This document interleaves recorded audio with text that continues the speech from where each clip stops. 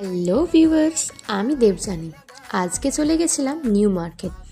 এটা হলো দাদার বিয়ের পর্ব 2, কারণ এখানে আমি কেনাকাটা করতে গেছিলাম দাদার বিয়ের জন্য। তো চলো তোমাদেরকে সব জিনিসগুলো একটু দেখিয়ে নিই, আর আমি কি নিলাম সেসব কি এই ভিডিওতেই বলে দেব নাকি? তাহলে তো আর সাসপেন্সের কিছু থাকবেই না। তো চলো তোমাদের আজ শুধু নিউ মার্কেটটাই ঘুরে দেখাই।